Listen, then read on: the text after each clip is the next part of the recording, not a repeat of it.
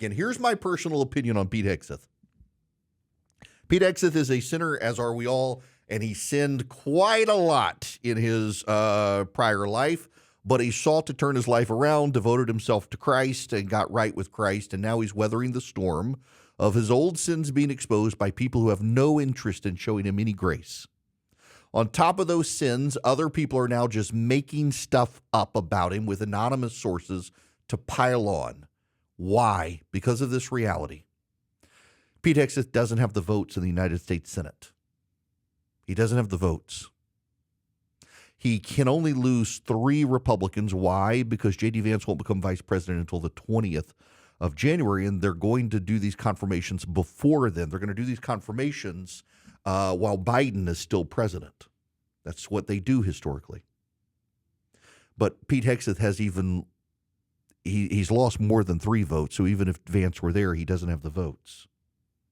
But there are people in the United States Senate who do not want to publicly vote against Donald Trump's cabinet picks. There are also people on the Trump transition team who recognize Hegseth does not have the votes, but they have not yet persuaded Donald Trump to withdraw his nomination and don't want Donald Trump to withdraw a second nomination after Gates. So they want Hegseth to drop out. So between those people in the Senate who don't want to openly defy the president but don't want Hegseth, and the people on the transition team who understand this isn't a sustainable fight, we need to get Hegseth out, together they're smearing Hegseth with some truth and a lot of lies to assassinate his character, largely defining him by his past instead of his present. And it's sad to see. He's a good guy. It's one of the things you see on social media and in politics. People are always defined by their past. You can get right with God, but your sins are going to find you out and be exposed by the people who hate you. They will show you no grace and give you no mercy when you stand in the way of their agenda. What is the problem with Pete Hegseth? Is, as I said earlier, his failure to disclose the police report from like 2018 and his management of his nonprofits that didn't go well. Everything else is just a salacious distraction and a character assassination of a good guy. What's happening right now is people on the Trump team are themselves leaking damaging stories based on their opposition file on Pete Hegseth to try to convince Pete Hegseth himself to withdraw his nomination so that Donald Trump does not have to do it. That is my informed opinion. And hey, there are lots of people out there, I see it happening right now, they are claiming that these are the neocon Republicans of the Senate trying to destroy Hegseth. The Trump team will not care if you blame Republicans in the Senate. It's a win-win for them so long as Hegseth goes away. Sad to see. This is what happens in politics, and this is why good people don't run for politics. Now, while all of this is happening, Donald Trump is continuing to be accused of shattering norms. When Joe Biden became president of the United States, the Social Security Board has 6-year terms in office. And the reason there are 6 years is because they want to make sure that they outlast presidents of the United States. When Joe Biden took office, he fired Donald Trump's Social Security picks. They still had time left in office, and Joe Biden fired him. Nobody accused Joe Biden of shattering norms. But Donald Trump wants to fire the FBI director. FBI directors have been fired in the past. FBI directors have not been automatically renewed, contrary to the spirit of the left. Listen, you've got an ongoing effort right now by the left to make up presidential pardons for family members. I see a leader of the Occupy Democrats movement echoing Charles Pierce that George H.W. Bush pardoned his son Neil, which isn't true. Also claiming that Jimmy Carter pardoned his brother Billy Carter for something, which also isn't true. The Democrats who claim that there are lies and misinformation out there are literally lying to try to say that what Joe Biden did was a norm. Meanwhile, they're covering up history to say that Donald Trump is shattering norms, and this is what it gets to. When the media and Democrats talk about norms, what they are talking about is the things they put in place so that when the Democrats are not in power, they can still exercise power. One of the things the Democrats have been doing is they've been throwing a lot of government money at non-governmental organizations, NGOs. These are the nonprofits on the global community that work on climate change and other issues. The Democrats have been flooding these organizations with money. One of the reasons is they want to use government funds to fund these non-governmental organizations to be able to oppose Donald Trump and hire lawyers to oppose Donald Trump using your taxpayer dollars. It is a norm of theirs. Norm is just something the Democrats do to try to preserve their power when they are out of power, and the media, because the media is on the left, calls them norms. If Donald Trump is shattering a norm, what he's actually doing is he's shattering the Democrats' power to operate within government, outside of government, when they don't control the White House. So Donald Trump firing the head of the FBI is a shattering of a norm when it's been done before, when they've done it in other supposed independent entities.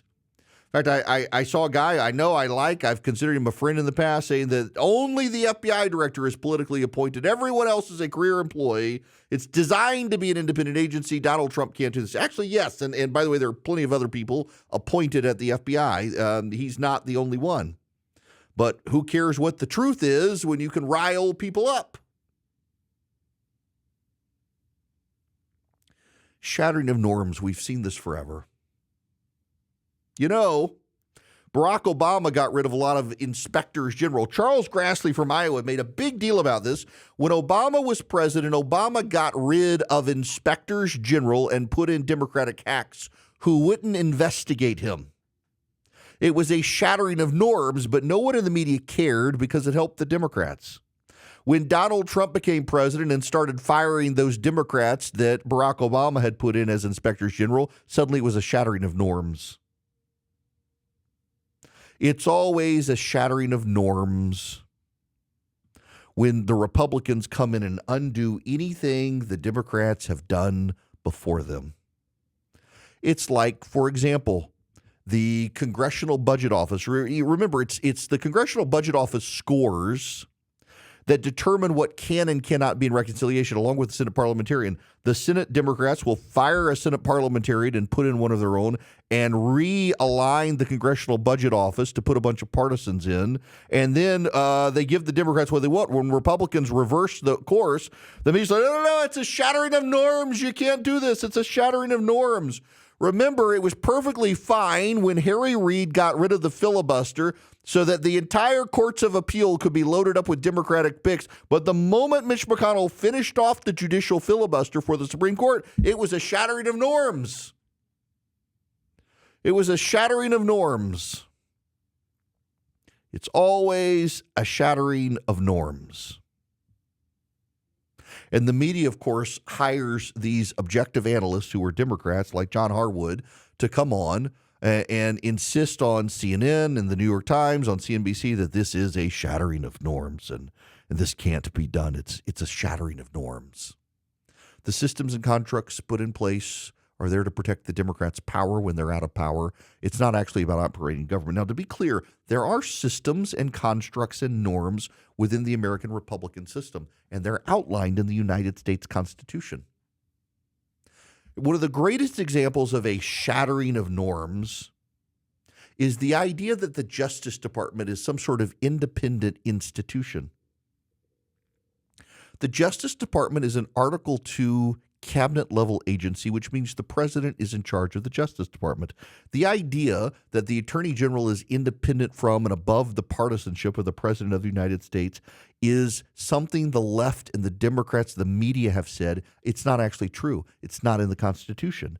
But when Donald Trump comes along and says, I want me, someone in the Department of Justice, who's actually going to have my back and not keep having appointments have independent counsels investigating me, that's a shattering of norms. When Erick Holder did that for Barack Obama, it was normal.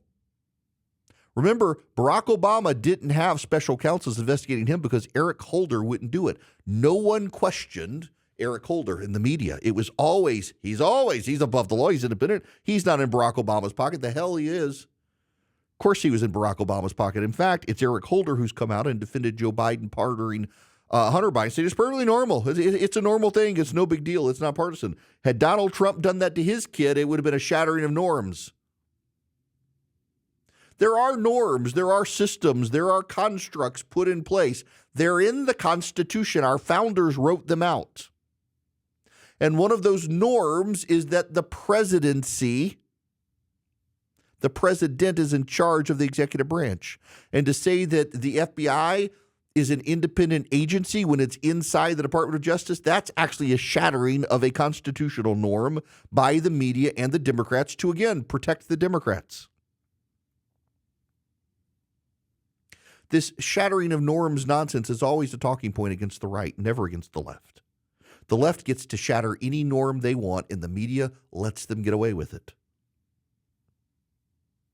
Because it's always about their preservation and their protection. It's like church and state. Republicans are accused of upending the church-state relationship. You know, there is no church-state relationship in the American Constitution, really. In fact, prior to the 14th Amendment being applied against the states, incorporated against the states, states actually had denominational ties. In Maryland, the official church in Maryland was Catholic. In Georgia, it was the Baptists. States had institutional ties to various denominations. Blaine amendments were a thing because a lot of the nation Protestant, they were suspicious of Catholics, and a lot of states passed Blaine amendments that refused to allow states to fund religious institutions even if they were helping with nonprofits. Along comes George W. Bush, and he decides to have a collaborative relationship with religious nonprofits, and it's a shattering of norms.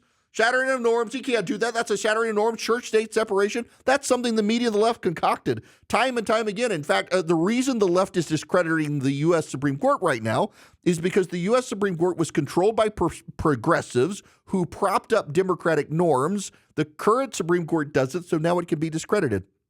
It's not that the Supreme Court and its justices are corrupt. It's that they're not protecting the Democrats' quote-unquote norms anymore. Therefore, they must be destroyed. When the Senate is in Republican hands, it must be discredited as anti-democratic. When the Democrats win the popular vote and lose the Electoral College must be discredited as upending the norms of democracy. Donald Trump must be charged with upending the norms of democracy. When you hear the left and the media say they're shattering norms, more often than not, what they actually mean is Republicans have gotten power and aim to use it just like the Democrats.